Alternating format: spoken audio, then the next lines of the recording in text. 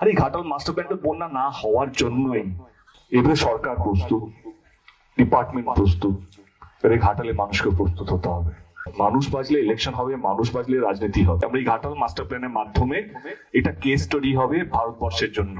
থেকে আমরা জোর করে কারো জমি নেব না, আমরা নিতে চাইছিও না। আমরা তাদের ন্যায্য দাম, তাদের কষ্ট, তারা যদি কনস্ট্রাকশন করে থাকে সেই জমিতে, সেইটা ভ্যালুয়েশন করে তার ন্যায্য দাম আমরা দেওয়ার জন্য প্রস্তুত।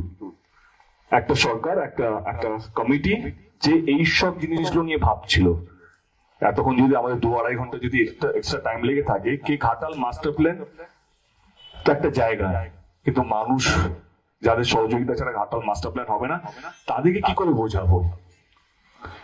আজকে আমাদের ইঞ্জিনিয়ার জুন থেকে আজকে অবধি তাদের পুরো প্ল্যান, তাদের ড্রয়িং রেডি, তারা প্রস্তুত, তারা ল্যান্ড মার্কিং হয়ে গেছে, ল্যান্ড ম্যাপিং হয়ে গেছে, রুট ম্যাপ হয়ে গেছে, কোথায় ওয়াল তৈরি করবে, কোথায় ড্রেজিং হবে, কোথাও খাল কাটা হবে, কোথাও নদী থেকে নদী জয়েন করবে, 5.5 কিলোমিটার নদী, যেটা চন্দ্রশো খাল থেকে শিলাবতী থেকে।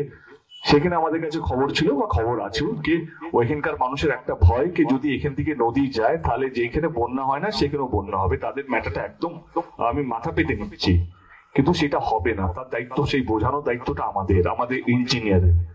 আর এই ঘাটাল মাস্টার প্ল্যানটা বন্যা না হওয়ার জন্যই, এবং আমার কোথাও যে মনে হয় আজকে আমরা সবাই খুব হ্যাপি কি আমাদের ইঞ্জিনিয়ার যেভাবে প্ল্যানিংটা করেছে, যদি আমরা এক্সিকিউট করি, কে যে বছরকে পর বছর একটা ডিস্ট্রিক্ট, একটা টাউনে যেভাবে বন্যা হয়েছে, সেই বন্যাটা যদি নিয়ন্ত্রণ করতে পারি আমরা এই ঘাটাল মাস্টার প্ল্যানের মাধ্যমে, এটা কেস স্টাডি হবে ভারতবর্ষের জন্য।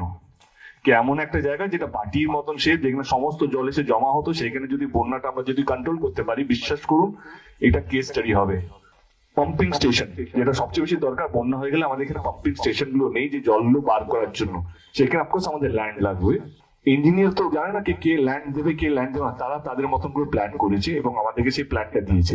এবারে সরকার প্রস্তুত, ডিপার্টমেন্ট প্রস্তুত, এবারে ঘাটালে মানুষকে প্রস্তুত হতে হবে, সহযোগিতা লাগবে।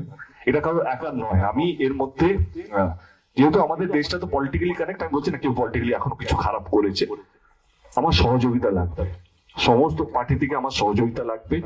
কারণ এইখানে ভোটার শুধু টিএমসি নয়, এখানে সমস্ত দলের ভোটার আছে। মানুষ বাঁচলে ইলেকশন হবে, মানুষ বাঁচলে রাজনীতি হবে।